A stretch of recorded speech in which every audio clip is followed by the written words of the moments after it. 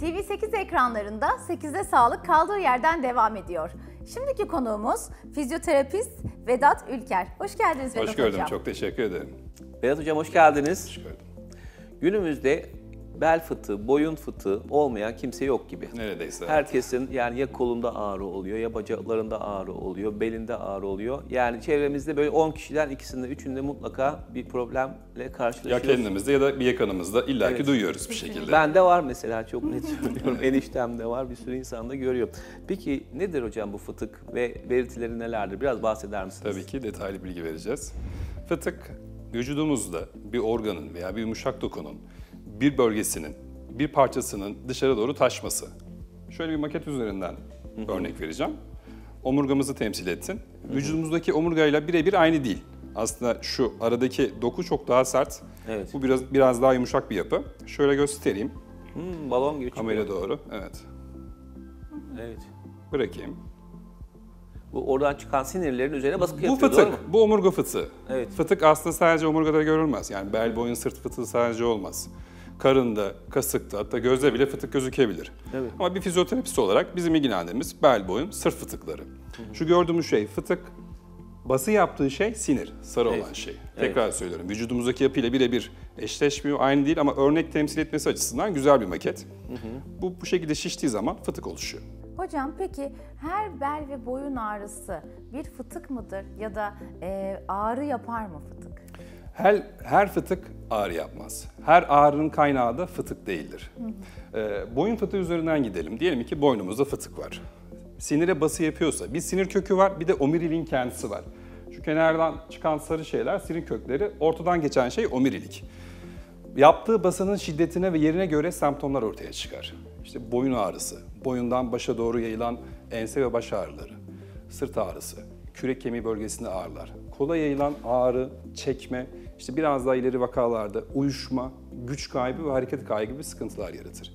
Mesela boyun fıtığı olan kişiler her hareketi çok rahat bir şekilde yapamaz. Yani ben şimdi boynumu sola, sağa, arkaya ve yanlara doğru rahat bir şekilde hareket ettirebiliyorum. Fıtık sağda veya solda olmasına göre hastalarda belli yönlerde hareket problemi oluşur. İşte boynumu şöyle çevirdiğimde, şöyle yatırdığımda ağrım artıyor, uyuşmam artıyor. Dediğim gibi şiddetine göre güç kaybı yaşanabilir kolunda. Ağrısı şiddetine göre yine az da olabilir, fazla da olabilir. Her fıtık da birbirine benzemez. İşte benim kuzenimde boyun fıtığı vardı, kolunda uyuşma olmuyordu. Bende oluyor. Arkadaşımda vardı, güç kaybı yaşamıyordu. Bende yaşanıyor. Fıtığın şiddetine göre semptomlar da değişir. Belde yaşanan fıtıklarda ayakta güç kaybı, ayağa yansıyan uyuşmalar, bel ağrısı, kalça ağrısı, hareket kaybı, uzun süre oturamama, uzun süre ayakta duramama, uzun süre yürüyememe gibi sıkıntılar. Yani kişi çok oturduğu zaman ağrısı, semptomları şiddetlenebilir. Uzun süre ayakta hareketsiz kaldığı zaman ağrısı, semptomları daha da alevlenebilir. İşte günlük yaşamda rahat eğilemeyebilir. Ben çok rahat eğilebiliyordum. Fıtık ortaya çıktığından beri öne doğru eğilemiyorum. İşte sürekli yer değiştirmek zorunda hissediyorum kendimi. Uzanmak zorunda hissediyorum. Günlük işlerimi ve işlerime devam ederken sıkıntılar yaşıyorum diyebilirim. Bu tarz semptomlar yaşanabilir. Peki teşhisi nasıl konuyor? Teşhis hekim tarafından konuluyor. Fizik tedavi hekimi. Evet, şimdi hastanın diyelim uyuşması var, bel ağrısı var, bacağı ağrıyor. Dedik ya, her ağrının, her uyuşmanın, her semptomun kaynağı fıtık değil. Omurgada onlarca, yüzlerce problem var. Fıtık bunlardan sadece bir tanesi. Hekime gidecek, beyin sinir cerrahı olabilir, omurgada bir problem yaşıyorsa, ortopediste gidebilir. Zaten hekimlerimiz kendi alanında, branşına girmiyorsa veya farklı bir uzmanın bakması gerektiğini düşünüyorsa yönlendirme yapıyor. Gidiyor, fiziksel muayenesini yapıyor hekim. Gerekli görüyorsa, fıtıktan şüpheleniyorsa, gerekli görüyorsa MR ve tomografi de isteyebiliyor hastadan. Hatta işte güç kaybı varsa, çok şiddetli uyuşmalar varsa hekimler EMG de isteyebiliyor. İşte teşhisler bu şekilde konulabiliyor. Hasta, yani evet benim de uyuşmam var, benim de güç kaybım var. İşte benim de bel ağrılarım, boyun ağrılarım, kollarımda ağrılar var. Bende fıtık var, gidip fıtık tedavisini arayayım dememeli. Dediğim gibi omurgada çok fazla sıkıntılar var. İşte kanal daralmasından tutun da faset ekleme kadar, kireçlenmeden tutun da bilemedikleri çok fazla hastalıklar var. Ne olduğunu bilecek, ona göre tedavisini arayacak.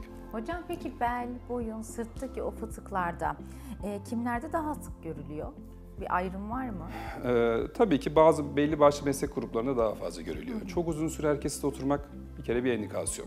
Eskiden şey denilirdi işte amele hastalığı, bel fıtığı çıkanlar, ağır yük altına giriyor, itiyor, çekiyor vesaire. Evet, onlar da daha sık görülür, doğru. Ama artık uzun süre oturan kişilerde de daha fazla görüldüğünü biliyoruz. Bankacılar gibi. Bankacılar, masa başı çalışan, uzun süre ayakta çalışan mesela diş hekimleri, tesisatçılar, marangoz, boyacı, ev hanımı. Biz güzellik uzmanlarında da var hocam. Şöyle sürekli çalıştığımız için. Sabit postür bize zararlı.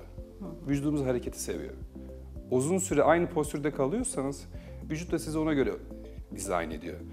Mesela çok hareketsiz bir insansınız, hiç egzersiz yapmıyorsunuz. Birden öne eğildiniz, bir şey almaya kalktınız, çat belden, boyundan bir ses geldi. Evet. Çünkü vücut o harekete alışık değil. Anlatabiliyor muyum? Herhangi bir yük taşımıyorsunuz, spor yapmıyorsunuz. Hapşırıyorsunuz, çok sert bir şekilde hapşurdum, belimde bir şey hissettim. O günden beri ağrılarım var. Aslında bu yaşanan olaylar biraz da bardağa taşıran son damla. Kas kuvvetsizliği varsa, beslenmesi bozuksa, yani mesela unlu yiyor, şekerli yiyor, kilosu fazla, hareketsiz, yani bu tarz insanlarda çok daha rahat bir şekilde ortaya çıkar. Hocam çok aniden, çok özür dilerim Fatih Hocam, şöyle boyun çıtlatma olur ya küt küt, o çok zararlıdır değil mi? Boyun çıtlatmayı çok fazla yapılmamasını istiyoruz biz. Evet. Küt küt Hepimiz istemsiz rahatlamak için bir süre yapıyoruz ama bazıları inanılmaz abartıyor bunu. Günde 5 defa, 10 defa, 15 defa boynunu çıtlatmaya çalışan insanlar var. Bunlar zarar verir, evet. Peki bu fıtıklar elle hissedilir mi? Yok. Fıtık kişinin kilosu boyutlarına göre değişerek 6 veya 10 santim aşağıda olan bir şey. Yani zaten parmağını 6 veya 10 santim içeri sokması lazım ki dokunabilsin. Evet. Zaten önünde kemik var, dokunamaz. Evet. Şöyle bir şey olabilir. Belki fıtığın olduğu bölgede bir kas spazmı vardır, ödem vardır. O ödemi ve spazmı hissediyordur. Buna fıtık diyordur ama öyle bir fıtık hissedilmez. Yani dokunarak fıtık anlaşılmaz. Öyle bir şey yok. Peki tam fıtığın olduğu trasede, diyelim ki tomografi ya da MR çektirmeden, mesela diyelim ki işte lomber 3'te, evet. Hele 3'te diyelim.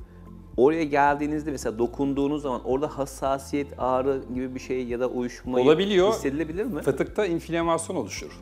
İnflamasyon da iyileşmek için vücut tarafından üretilen bir yanıttır. Evet. İnflamasyon oluşan bölgede ödem vardır, hassasiyet vardır, ağrı vardır. Yani o dokunduğu şey aslında belki kas spazmı. İnflamasyon varsa fıtığın vermiş olduğu semptom olabilir ama direkt fıtık değil o şey. Kasa dokunuyor veya deriye dokunuyor. Peki bel çekme, balık bağlama gibi birçok şeyler de duyduk biz gençliğimizde ve küçüklüğümüzde. Şu anda da olur mu olmaz mı tam net gelmiyor kulağımıza ama bak dediğiniz gibi olabiliyor da. Bunların geçerliliği var mı? Şöyle yok. Şimdi diyelim ki kişinin bir uzmanlığı yok. Bir sağlık konusunda bir lisansı, bir sertifikası, bir eğitimi yok. Etrafınızdaki 5 kişiye fayda sağladı, 3 kişiye zarar verdi. Gidip risk almak istememelisiniz bence. Hiç bu işlere girmemelisiniz. Bu kadar hekim, uzman varken, kanıtlanmış bilimsel tedaviler varken hekimler tercih edilmeli. Akabinde zaten hekimlerimiz ameliyatlık bir vaziyet yoksa ilacını veriyor, fizyoterapiste yönlendiriyor. Zaten balık bağlama ne demektir? Balığı yiyeceksin, bağlamak nedir yani? Bilimsel bir altyapısı yok. Yani o çekme işlemini hastaneler belli başlı cihazlarla da yapıyorlar zaten. Traksiyon denilen cihazlar. Vücudun mesela kişi 100 kiloysa o traksiyonun torku farklı uygulanıyor.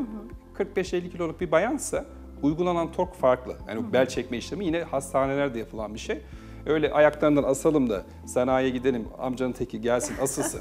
Öyle bir şey yok. Bu tarz vakalarda omurga kırığı yaşanıyor, kişi felç kalabiliyor.